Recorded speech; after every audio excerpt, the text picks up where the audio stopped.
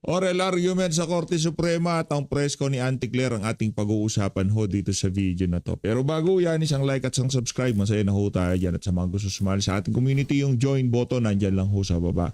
Para sa mga kabataan natin, meron lang akong isang ituturo sa inyo na talaga mapapakinabangan nyo hanggang sa pagtanda nyo. No? Yung mga kwento-kwentong ganyan, paturo-turo ng ganyan, wala hong kwenta yan. Ito lang ang maipapayo ko sa mga kabataan. Huwag kayong magdroga. Tapos ang usapan. Okay? Huwag kayong magdroga. Yun lang. Ito mga paturo-turo na ganito. Oy, by the way ha, dito kay Shani Angara. Kumusta na si Trigib Olivar? Kumusta na si Trigib? Yung mga di umanong pumipick up, kumukuha ng pera sa basement ng Diamond Hotel. Okay?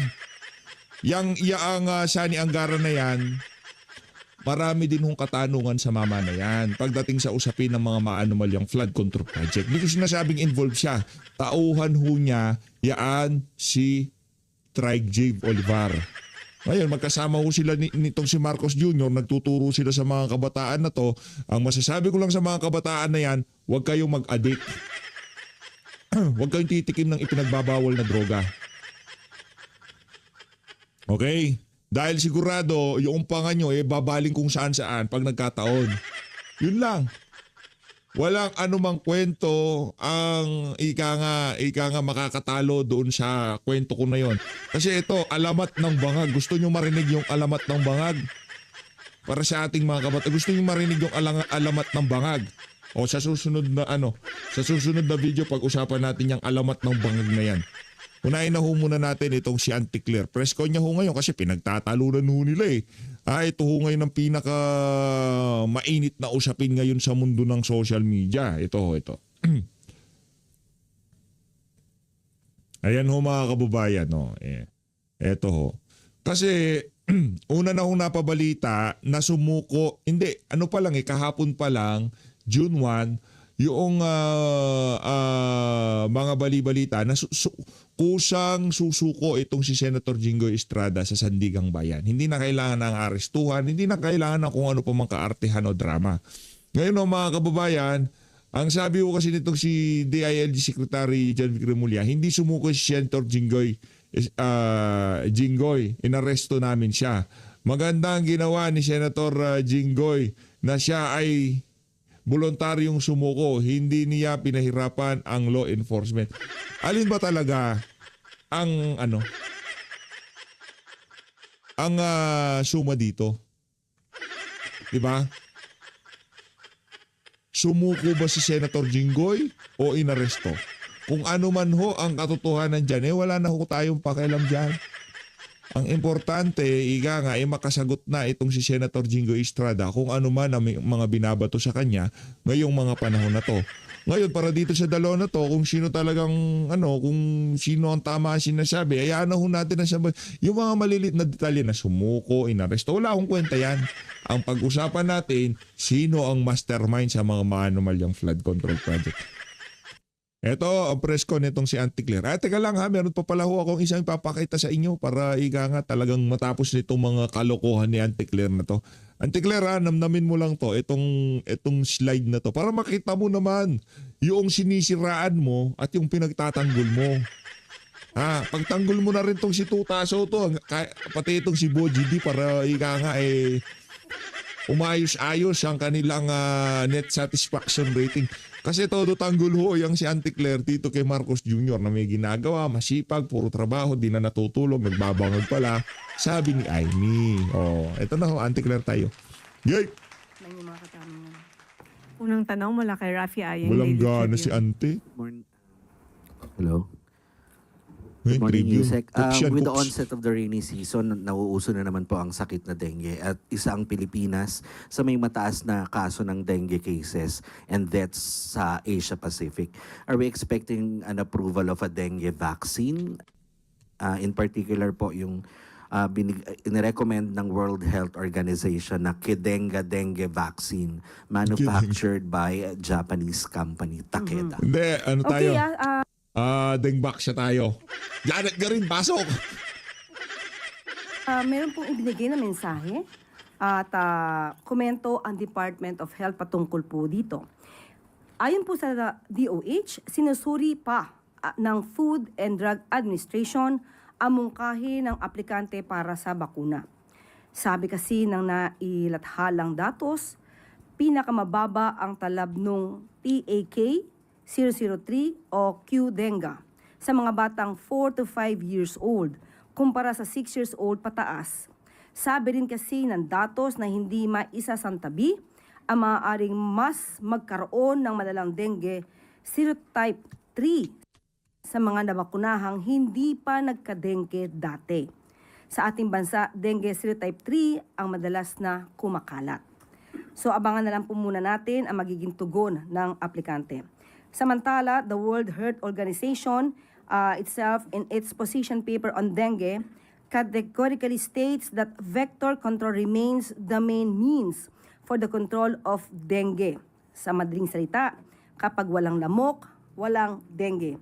Kaya mabisa ang kampanya na isinasagawa ng DOH sa pamumuno ni Secretary Herbosa na tuwing alas 4, ugaliin ang taob, taktak, tuyo, taki para kontra dengue.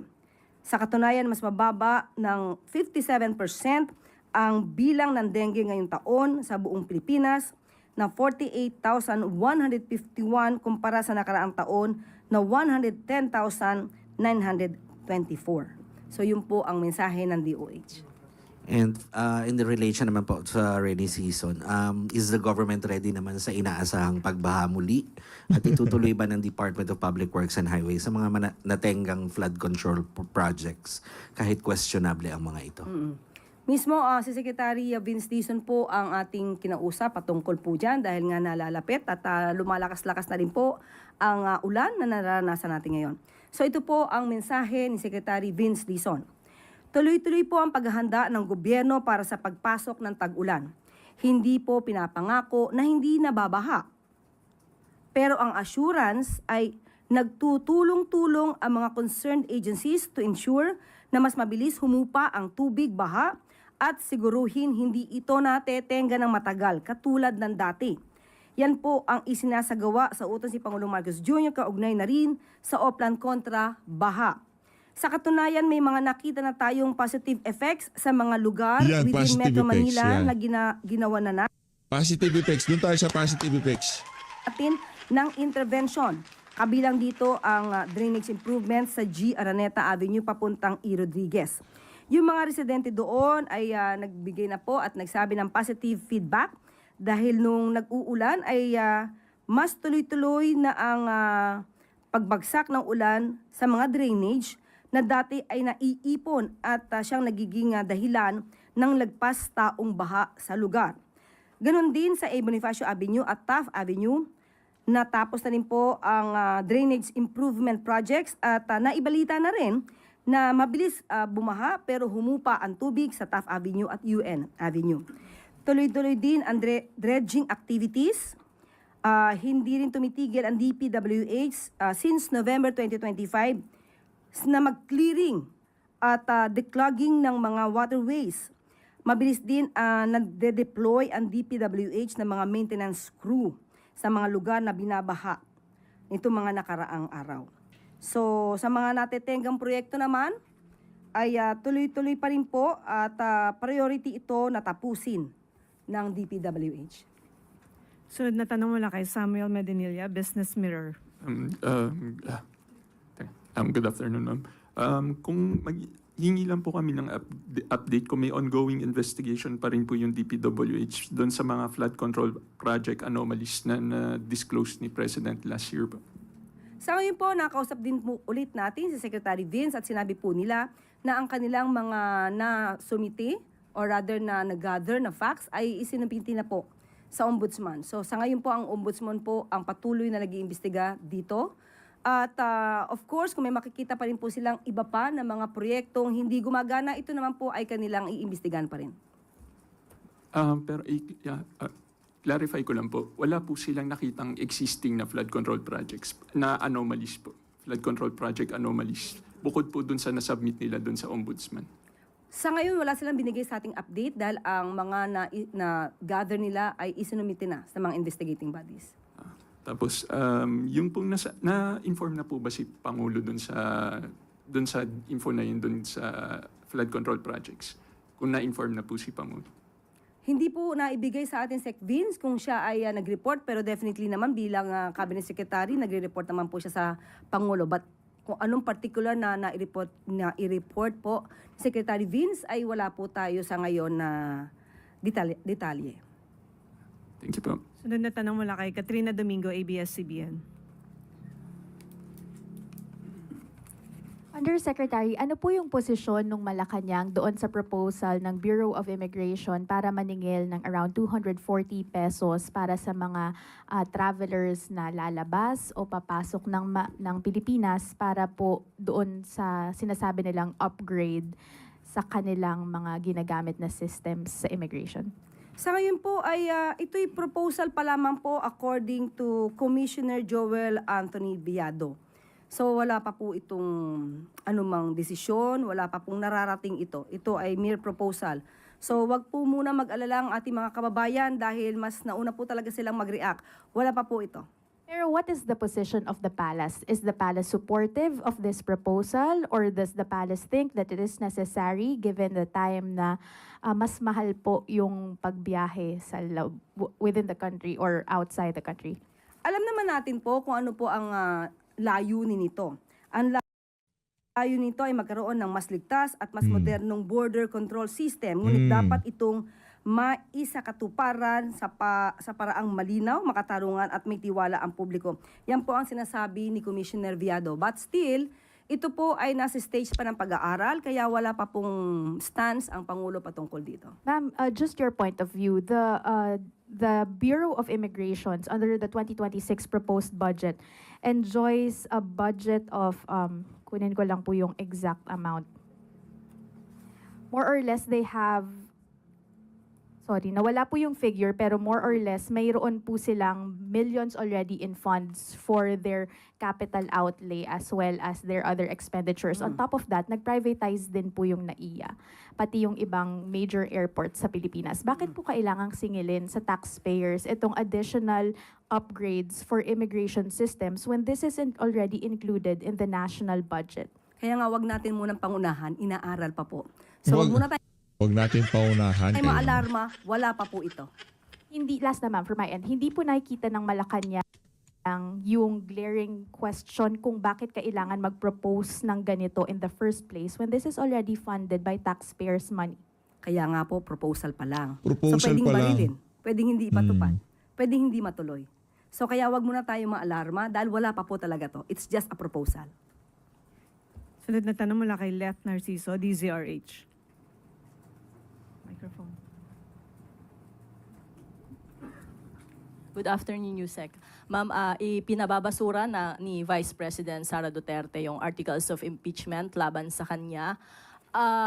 I understand that the palace's position on the impeachment is non-interference. Pero considering po yung mga lumabas na impormasyon sa determination of probable cause sa Kamara, ano po ang masasabi ng palasyo sa claim ng kampo ni VP Sara na, and I quote, none of the allegations sufficiently establish the constitutional standards for culpable violation of the Constitution, bribery, graft and corruption, high crimes, or betrayal of public trust? Unang-una po lumalabas dito sa kanyang naging tugon, hindi niya po dininay. Walang outright denial ng akusasyon, mga akusasyon Iyon. sa kanya. Iyon. Katulad po ng di umanong paglustay ng confidential funds, pagbabanta sa buhay, lalong-lalo na sa buhay ng Pangulong Marcos Jr., pagtanggap di umano ng pera mula sa mga drug lords at mga unexplained wealth. Lumalabas sa kanyang tugon ay hindi niya to dininay. At ang ginamit lamang niya na depensa ay mere technicalities. Bakit daw naipalabas o papaano nakuha ang mga ebidensyang ito? So ito rin po yung dati niyang ginamit na tugon sa House of Representatives, sa Committee on Justice.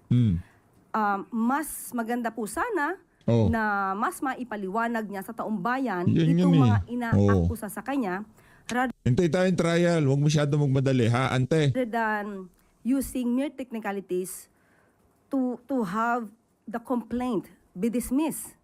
So, abangan na lang po natin dahil nasa kamay na po ito ng mga senator judges kung i-dismiss nila outright, forthwith, nang hindi nakikita ng taong bayan yung mga nais makita na ebidensya. Kung makiklear naman po ang Vice Presidente sa pamamagitan ng mga ebidensya at ito'y madidinay niya, mas maganda pong maklear niya yung pangalan niya at maipaliwanag niyang walang katotohanan lahat yung mga inaakusa sa kanya rather than using mere technicalities. Yeah. Ibig po bang sabihin niya na kapareho po yung pananaw ng palasyo dun sa resulta naman ng survey ng Octa Research na 74% ng mga Pilipino ay pabor na ituloy ang impeachment trial? Kahapon ay sinagot po natin yan. Kung ano man po ang resulta ng survey, mataas man, mababa, ang kailangan po dito ay accountability, transparency, lalo na kung ikaw ay isang public servant.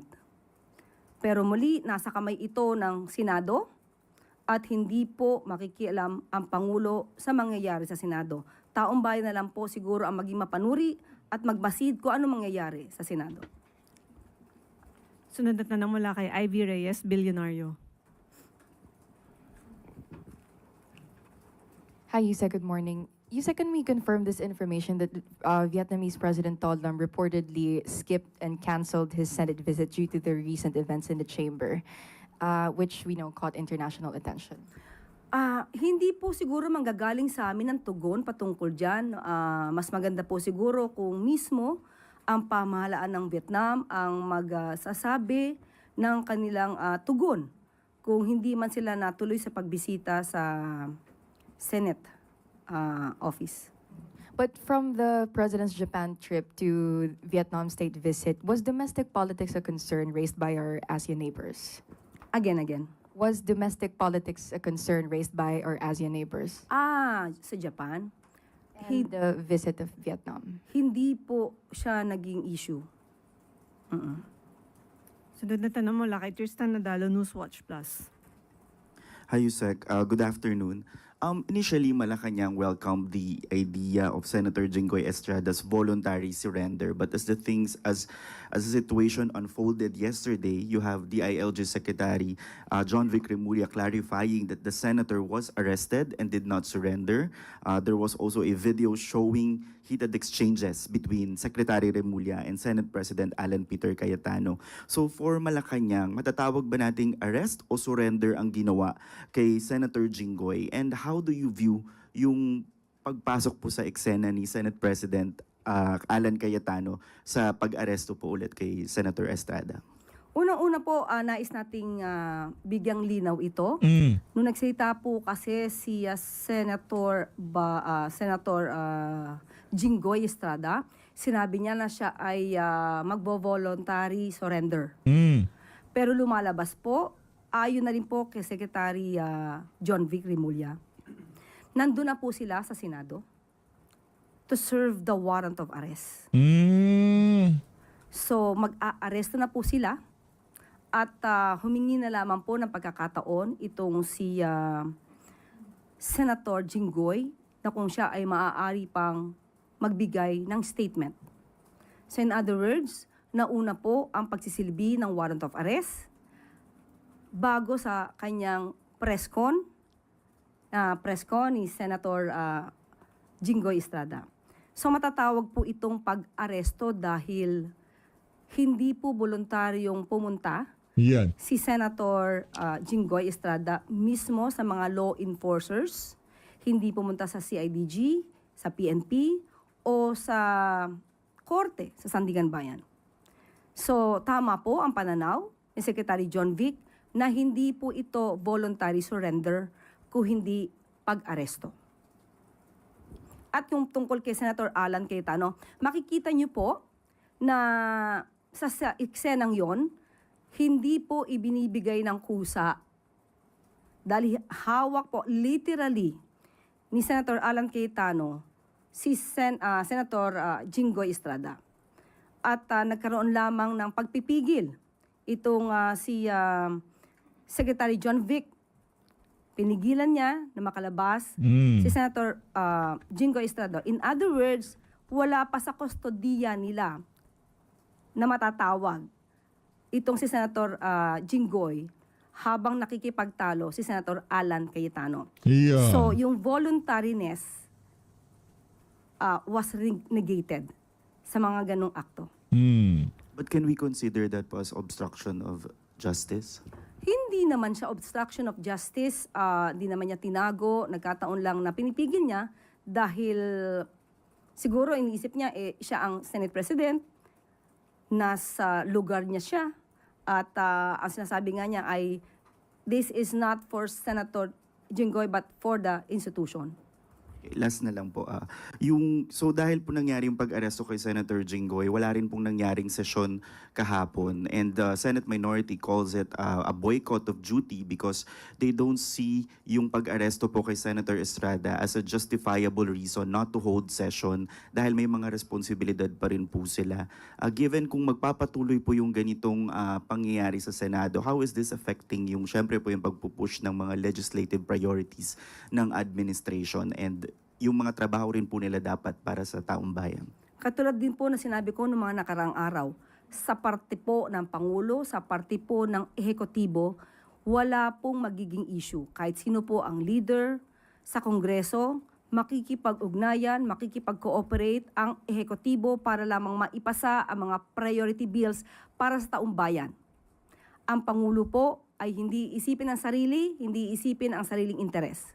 So iyan po ang itanong natin sa Senado dahil tama po, hindi naman po kinakailangan na hindi magtrabaho kahapon dahil maski na po ang paghatid at pagsama kay Senator Jinggoy Estrada bilang kaibigan. Pag nag-walkout yung minority, okay lang. Pero dahil merong nangyaring problema dyan sa Senado, hinuli si Senator Jinggoy Estrada, ngayon kini-question yung di pagpasok ng mga tagamas. Ay nararapat lamang. Pambihira. Pero hindi po kinakailangang talikuran ang sariling mandato Yan. para lang Sariling mandato sa tayo. ganitong klaseng issue. Yun yung sinasabi ko. Follow-up question mula kay Lizelle Pardilla, PTV. Good morning po, Yusek. Yusek, Senate President Cayetano insisted not to implement the warrant of arrest within the Senate premises, pero nangyari pa rin po. Would it set a possible precedent for possible future arrests sa mga senators to be carried out within the Senate if necessary, kahit po na pinapalagan ng Senate leader sa ngayon? Unang-una po kasi, alam naman po nila na kapag ang isang crime na kung ang isang senador ay involved sa isang crime at may warrant of arrest at ang crime na to, ang penalty ay maaaring imprisonment of more than 6 years, alam nila na pwede itong arestuhin. So, hindi po nga kailangan na sila ay humadlang, mas magandang makipag-cooperate sila sa mga law enforcers. Yun po ang tamang proseso at yun po ang may paggalang sa bawat institusyon. Follow-up question, Ivan Mayrina, GMA7. Ma'am, sa statement na inilabas ni Senate President Cayetano, he is framing this issue as a battle for Senate independence. Ang implication po nito, may pakikialam ang executive, ang Malacanang, sa affairs ng Senado. Your statement, Yeah, please. that's why. Senate independence. Independence from what? Ano ba ang pinapalagan ni Senator Alan Cayetano? Saan ba nakialam ang Pangulo? Tama lamang po na i-serve ang valid warrant of arrest. Ang ibig po ba niyang sabihin kapag nagsisilbi po ng valid warrant of arrest sa Senado, sa mga itong klaseng crimes, ay dapat hindi isilbi? So yun ang tanong. So papaano magkakaroon ng pagtutulungan, kooperasyon, ang bawat sangay ng gobyerno kung merong magmamataas, merong hindi tutupad sa batas, at merong maghahari-harian? Hindi pwedeng ganun. Lahat po dapat patas. Sunod na tanong mula kay Left Narciso, DZRH. Ma'am, dahil apektado nga yung trabaho sa Senado, 2 araw na lang po bago yung adjournment ng Kongreso, may hinihintay ba ang palasyo na priority bills na dapat maaprubahan mula sa Senado? Sa ngayon, alam naman po natin kung ano yung mga priority bills, hindi lang 2, hindi lang 1, hindi lang 3, marami po. Pero kung ganito po nangyayari sa Senado, mahihirapan po talaga. Hindi lang mga Pangulo, kundi ang taong bayan. Apektado ang taong bayan dito. Pati po ang ekonomiya ay maaapektuhan sa ingay at gulo sa Senado. Last question mula kay Eileen Taliping. Abante tonight. Good afternoon, Yusek. Confirmation lang po dun sa lumabas na balita na meron ng bagong chief, ang PTV4. Meron na po ba? Siguro magbibigay ako ng announcement sa mga susunod na oras o araw. How about PBS and NIB? Meron na bang bagong EPE? Magbibigay po ako ng announcement. Sa akin din po niyo ito madidinig. Okay, thank you, ma'am. Wala nang tanong mula sa Malacanang Press Corps. Dumako tayo sa regional. Good morning, Your Honor. Madam Solicitor General.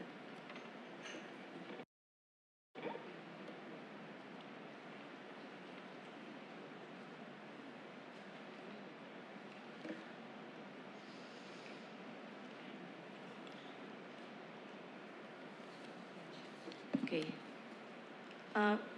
Madam Solicitor General, from your opening statement and all through your responses to the relevant questions of the court so far, you have consistently invoked the wisdom of Congress in the enactment of the budget, which, according to you, is a political question, hence beyond the reach of judicial review.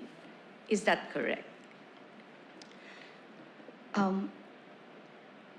Yes, Your Honor. Yes, thank you very much.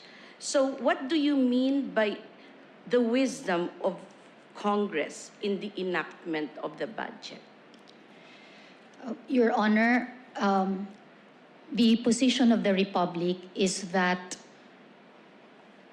although we recognize the expanded judicial power of the Supreme Court, which is different from the U.S.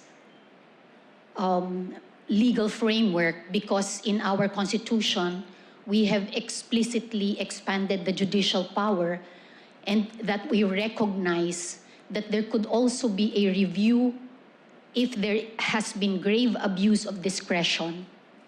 It is our position that we will still have to look at the Constitution if there are textually demonstrable standards by which an act of a co-equal branch should be evaluated. Otherwise, we believe that the Supreme Court also, in many of its decisions, have given much respect and deference to co-equal branches when the power has been constitutionally provided to that co-equal branch, such that the power of the purse being given to the Congress will then have to be delimited also only by what has been constitutionally provided.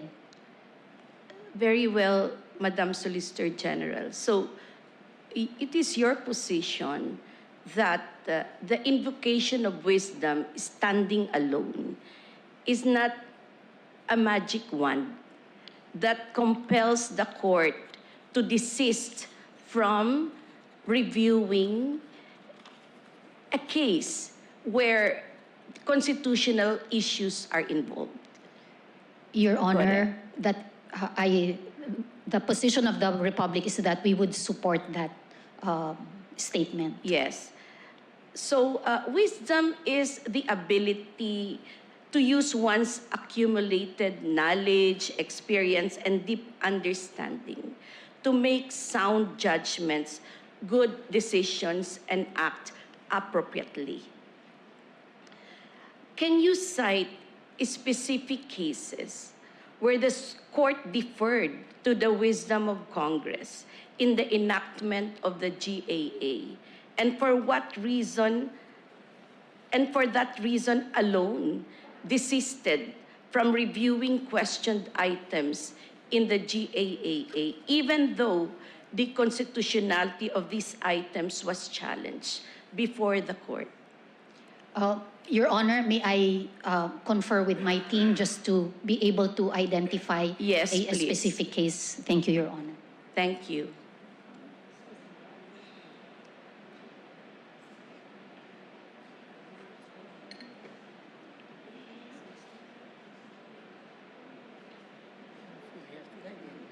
Oo.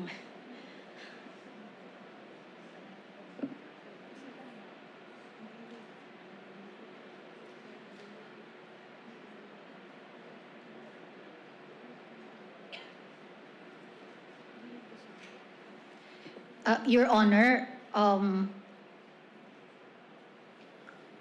with regard to the specific issue of GAA, we don't have a specific case now. We are able to, I'm able to remember like Tanyada versus Angara, where there were pronouncements by the court that if there is unconstitutionality, if there is an allegation of unconstitutionality with regard to an act of a co-equal branch, the Supreme Court will give much respect and deference. I would also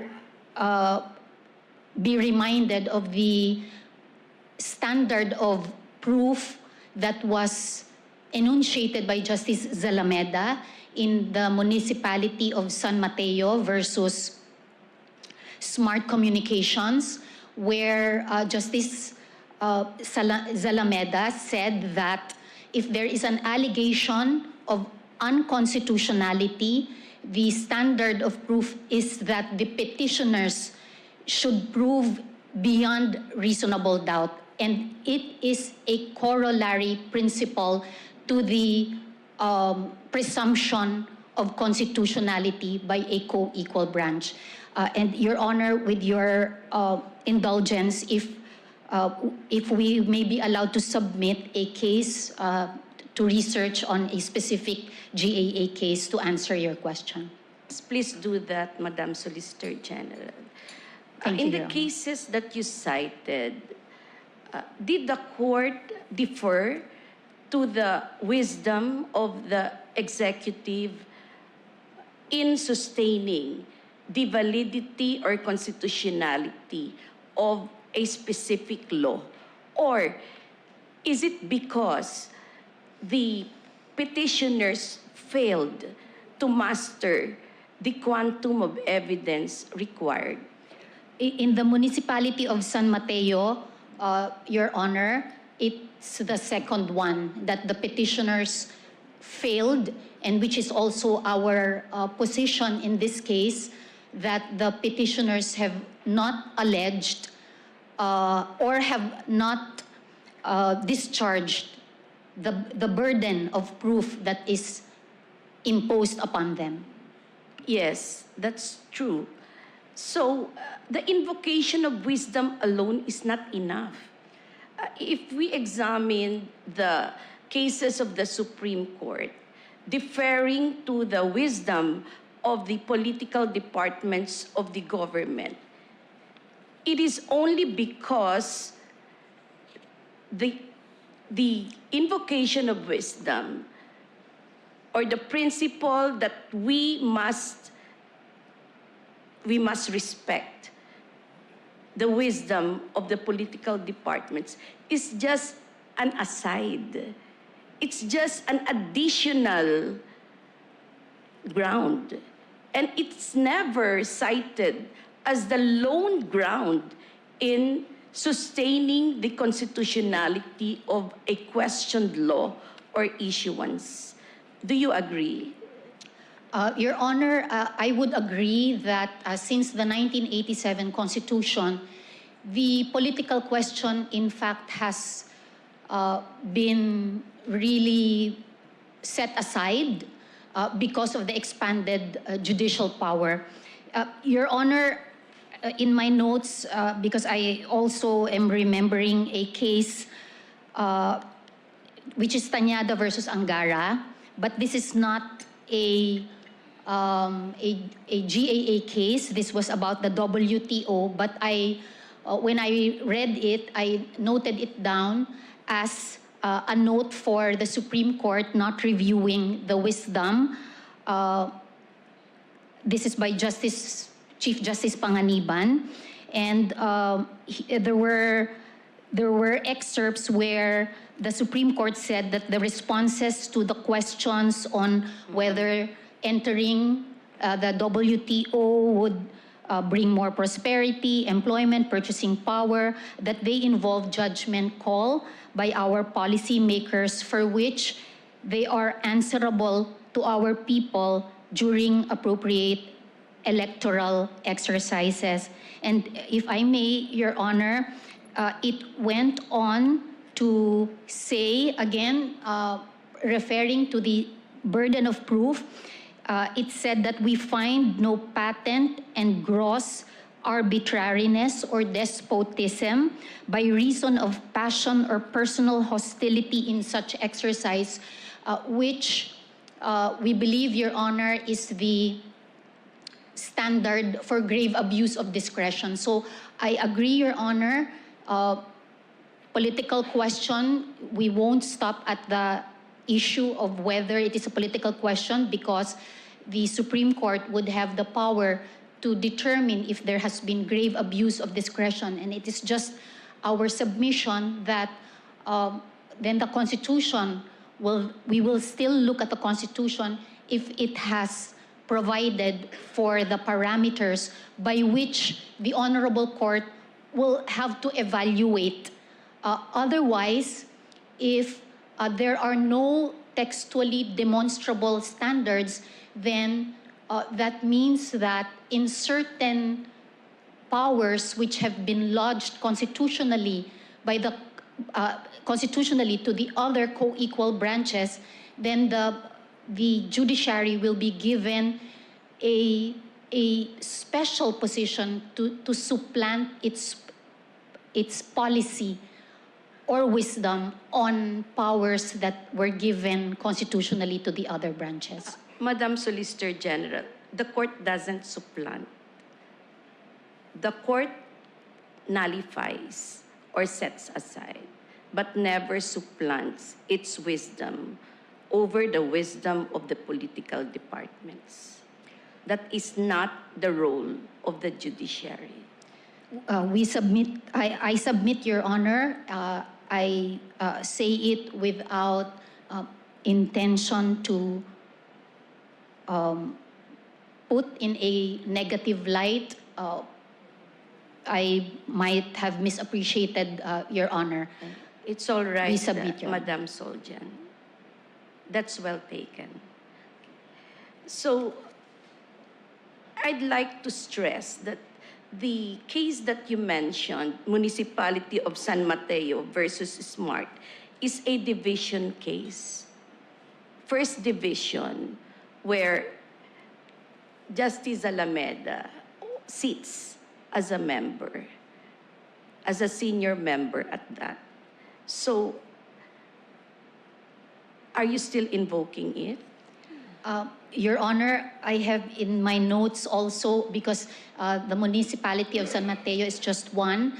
If I may go to my notes, Your Honor, to be able to share the other cases. Actually, you may invoke it because the Chief Justice also sits as chair in that division. It's a division decision, so it's okay. Yes. Because the division is part of the Supreme Court Yes, itself. of the law of the land. Thank you, Your Honor. Thank you. All right. So, on the other side of the fence, can you please cite specific cases where the court nullified specific items in the GAA for being unconstitutional, notwithstanding the government's invocation of wisdom on the part of its political departments, such as the executive and the legislature? Your Honor, I think it's the Belgica versus Ochoa, where was it the Countryside Development Fund? Alin ba yung CDF? Alin yung PDAF? The Belgica, in the Belgica case, the Supreme Court nullified the PDAF for its undue delegation to the legislature. It's a post-enactment intervention by the legislature in choosing which are the programs to be funded, and there was also a provision of a certain amount to legislators after the legislation, which stage is given to the executive, but the legislature was in fact given the power to interfere. Yes, very well, Madam Solicitor General. I was hoping you would mention the PhilHealth, where you did not file a motion for reconsideration. And the Filipino people thank you for that. And of course, I thank also the Supreme Court for the wisdom in that case, Your Yes. Honor. Thank you. And we did not supplant the wisdom of the executive and Yes, the Your Honor. legislature. In the DBM's website, unprogrammed appropriations are defined as those which provide standby authority to incur additional agency obligations for priority programs or projects when revenue collection exceeds targets and when additional grants or foreign funds are generated. What do you mean by standby fund? From your understanding. Standby appropriations, Your Honor, mean that the triggers are identified, and if and when the trigger is met, therefore, the programs, activities, and projects will then can then be funded. So it is contingent on the realization or on the existence of the triggers. Yes, so it is ready or held in reserve, correct? No, held in reserve. That is how the dictionary defines it. It is ready for use. Is that correct? Or we don't agree with the dictionary's definition? No, Your Honor, because there is yet no fund, and it is dependent on the meeting of the targets and if there will be an excess in the target. Yes, so there is reservation but no funds. Correct? Yes, even though we have not collected yet, we're reserving the funds already. Yes, so to speak, Your Honor. So Yes. if it will happen, then that fund can be used for the unprogrammed appropriations. So if it doesn't happen, there will be no standby funds. Yes, Your Honor. Yes. All right. So does standby funds necessarily connote an emergency which is not covered by the programmed appropriations? Your Honor, if I may clarify, I don't remember that we defined or we used the term standby fund. No, but it's, only DBM does. Only DBM does in its website. So you're debunking the definition of DBM Your Honor, I remember in our briefings that we were discussing standby appropriations. I remember them sharing with me the definition of a standby appropriation, but not a standby fund. If I may be corrected, Your Honor, we have the representative from the DBM, if it would be okay with you if I could please. clarify and be corrected also. Okay, what is meant by standby fund? Do we have a special definition that is contrary to the ordinary meaning of standby funds?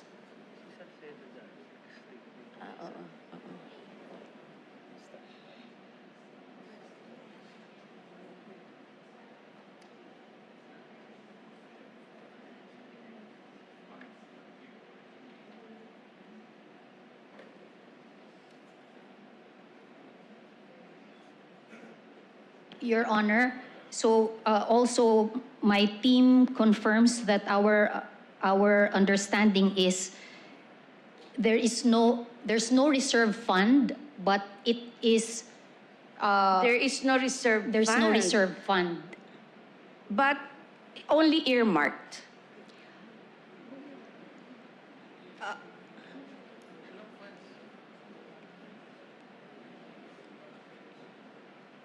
Okay, the reason why I hesitated and paused, Your Honor, is that when earmark, it is my understanding that there should be real funds that are there, but in this case, it is conditional.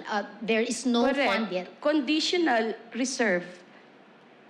You can say that it's a conditional reserve.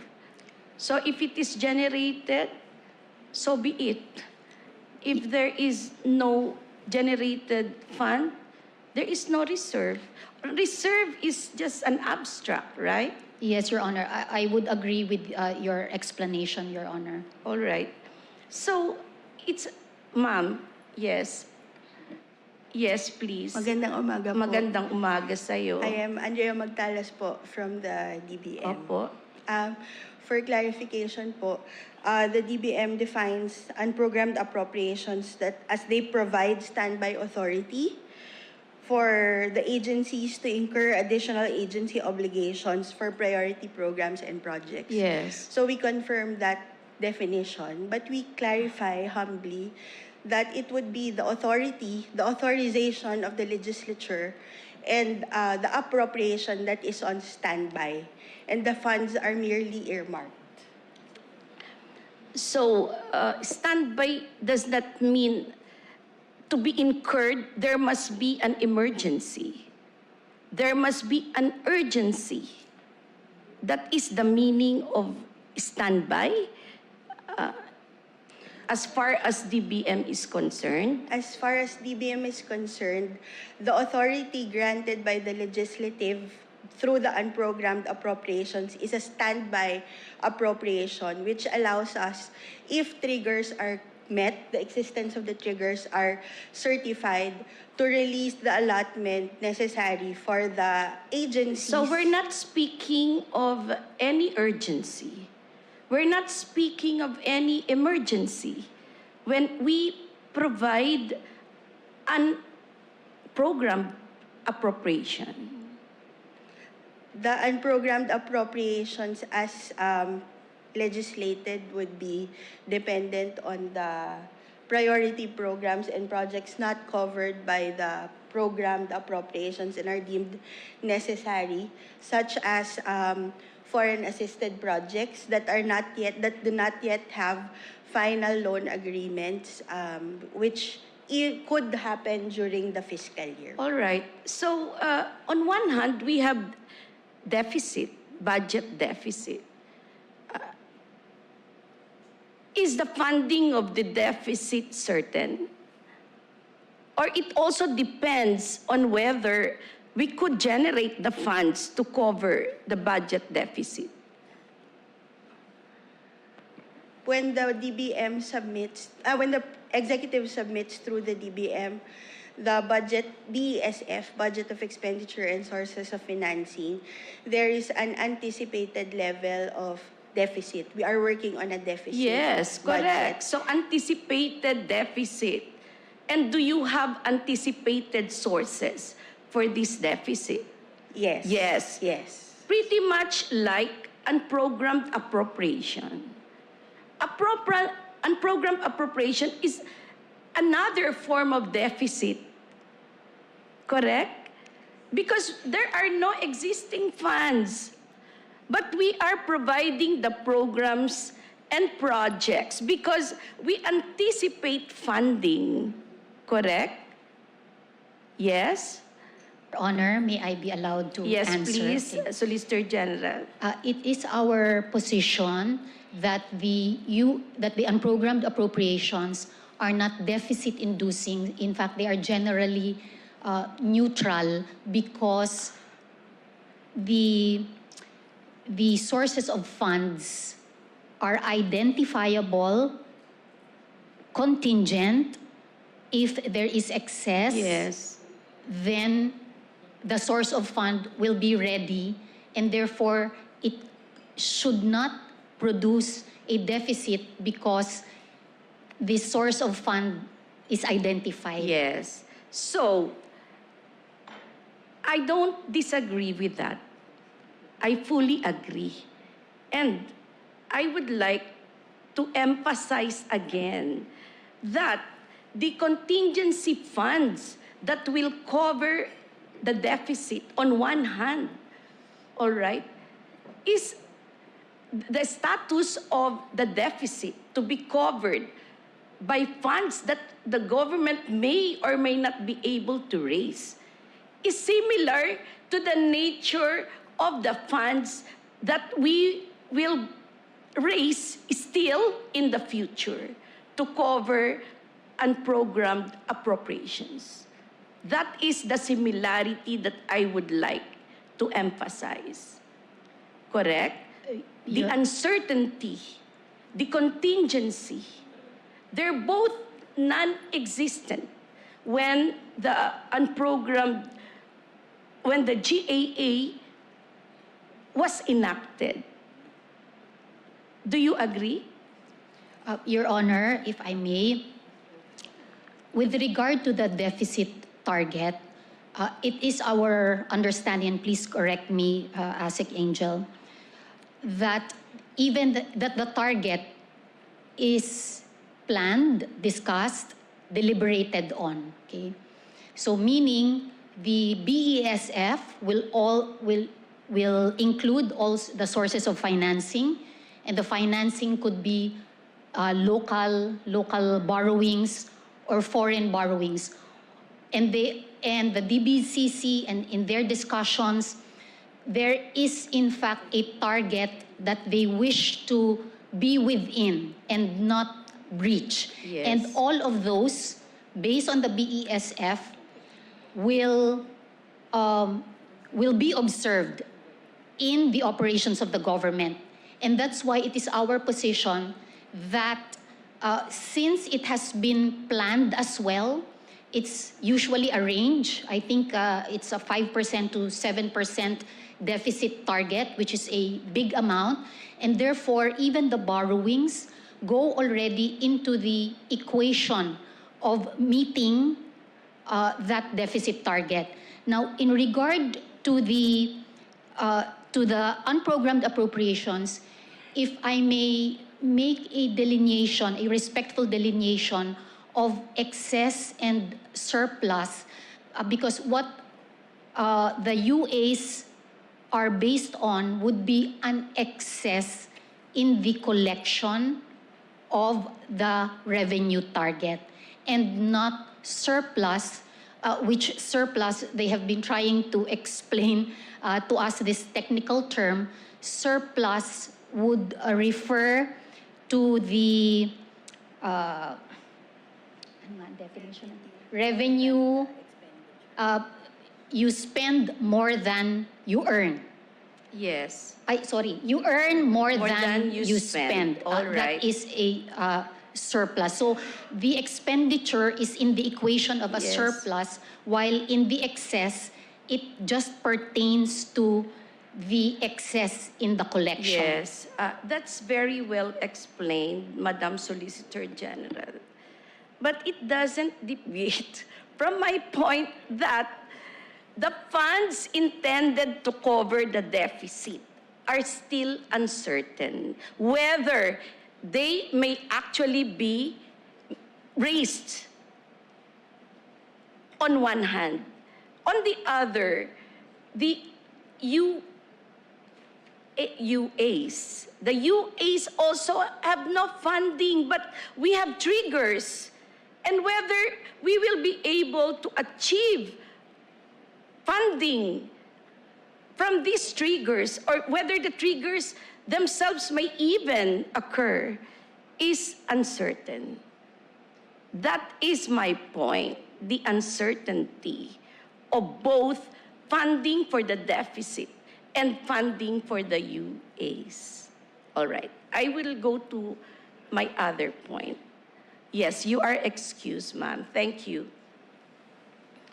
So, we cannot liken from your definition of standby funds. Standby funds is not for emergency, it's not for any urgent projects of the government. Okay. But do you say that the programmed appropriation, the projects or programs under this category are urgent and matters of emergency? Your Honor, the unprogrammed appropriations, the PAPs, projects, activities, programs, are not, I would not describe them as emergency, because the programmed appropriations would have the contingent fund. Meron bang emergency fund? Emergency funds, a programmed appropriation? Or there's the calamity fund and the contingent fund, which are all in the programmed. The unprogrammed appropriations are also PAPs that are deemed important by the executive and the legislature, but because of the limited fiscal space, they are, I think, forced to put them in the unprogrammed appropriations and wait for excess in the collection of their committed All right. revenues. So, there are no urgent projects under the programmed appropriation. Your Honor, there could be, but it is not the essential characteristic of the unprogrammed appropriations, because, for example, the foreign assisted projects, from the executive point of view, will then be urgent. There is a timing dimension to it. I think that if the executive does not foresee it being approved right away, then it goes to the UA and not the programmed appropriation because of the timing. All right. So, there are also urgent and emergency projects under the UAs. There could be, Your Honor, like the Yes. FAPs. Okay, so it's not correct to say that the UAs cover non-emergency or non-urgent projects. Yes, Your Honor, I would not describe it as a common descriptor to all, but Yes. they are important to the executive. Important but not urgent, not emergency. Not emergency. Okay, Your Honor. while the programmed projects are a mix of urgent and non-urgent. The programmed appropriations, we could say that, Your Honor. Yes. All right. So actually, they can overlap, right? Yes? Yes, Your Honor. Yes. So they can be moved from unprogrammed, though it is urgent, it can be moved to unprogrammed. And unprogrammed can be moved to programmed. Yes, Your Honor. I think that was also what happened. And how it was explained to us is that, again, in reference to the two-envelope framework that the executive has been guided through the years, that the funding for the appropriations that are meant for the operations of the government would be the programmed, and those that the legislature can live without those programs because it is contingent on the happening of the triggers, then Are moved to unprogrammed. would go to unprogrammed, Yes. Your So Honor.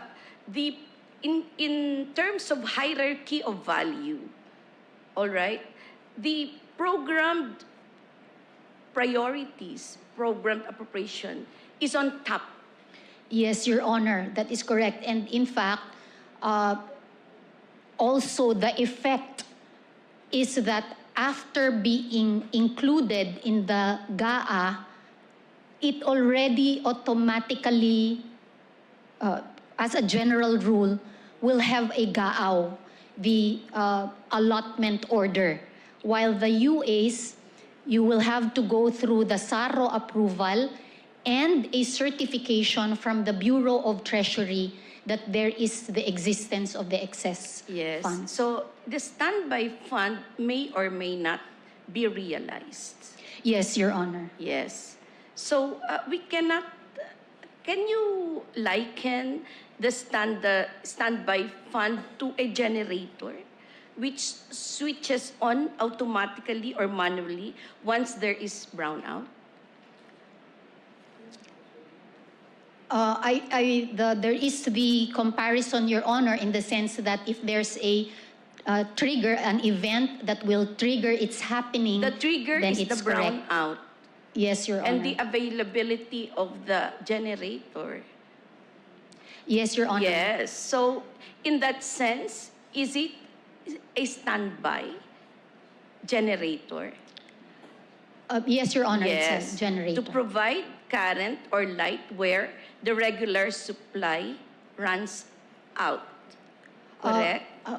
Your Honor, that last description, it's actually exceeding the collection. So it doesn't run out, but the executive has exceeded its targets. Even though in the meantime, the budget deficit has not been fully covered.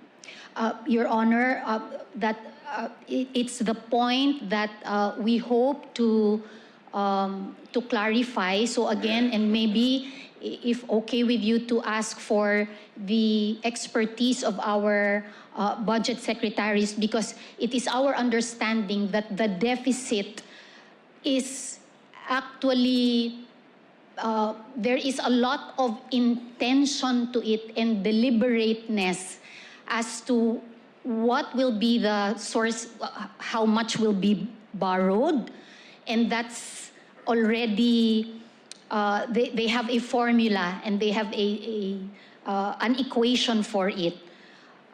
It's all right. I will go to my next question. So you speak of priority programs or projects. Okay. Can you cite examples of priority programs or projects that were included in the unprogrammed appropriations of 2024, 2025, and 2026? Your Honor, if I may request for the DBM representative to share the UA items. All right. Yes, please.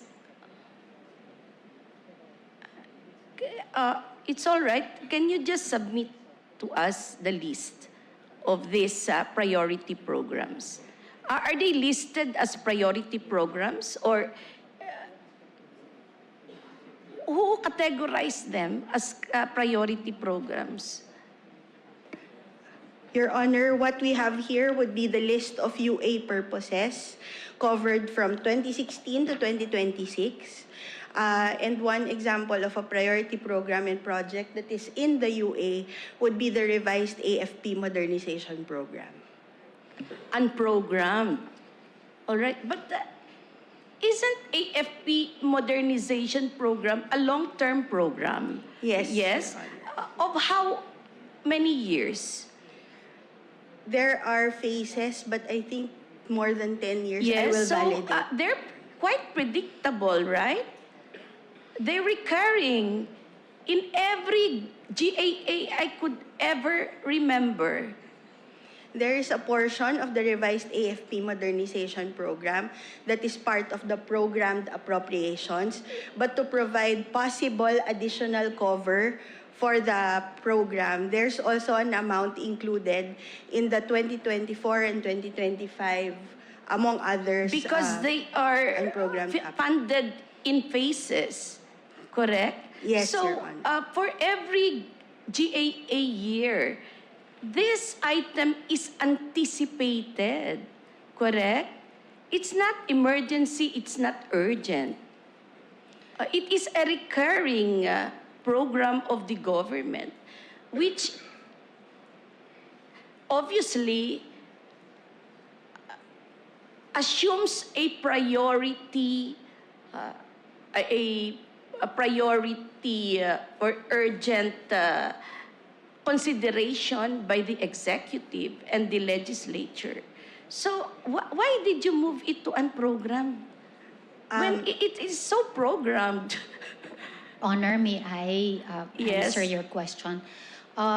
Based on the clarification of ASEC Angel, the AFP modernization out of the recognition that it is an important program is also in the programmed appropriation, and a certain amount is also in the unprogrammed, just in case it will be added to. Now, I don't think, because of the fiscal space that limits the executive with regard to the programmed appropriations. So what cannot be done directly insofar as the programmed appropriations are concerned can be done indirectly under the unprogrammed appropriations, which give a lot of fiscal space. Your Honor, the unprogrammed appropriations, again, because the sources of funds are not for sure to happen, and that's why we likened it to like a list of programs that are important to the government, but they can in fact live with dispensing with them if the sources of funding will not happen. When you retain it under program funds, and because of its inclusion, a deficit is incurred by the government. Okay. Funding will be uncertain as well. But nevertheless, we have certain sources to cover these funds. Okay. So why do we have to move it to unprogrammed funds when the funds are also uncertain? Your Honor, since, in fact, even before the 1987 Constitution, so our executive has always included in their in the NEP the unprogrammed appropriations, and I think based on the presentation of our amici that it provided some kind of flexibility to our executive department. And the reason why I add that is since the power of the purse has been lodged in the Congress, and the planning and the execution are lodged in the executive, the targets or objectives of how they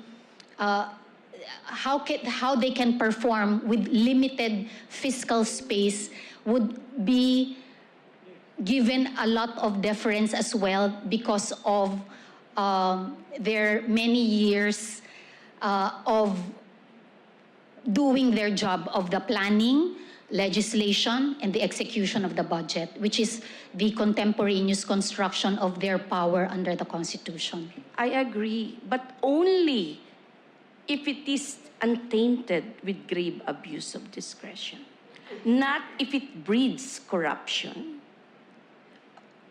or bad governance. Yes, Your Honor, it is our humble submission that, in fact, the vulnerability to corruption is not unique to the unprogrammed appropriations. It could also happen in programmed appropriations. Correct, but it is enhanced. It is enhanced. All right.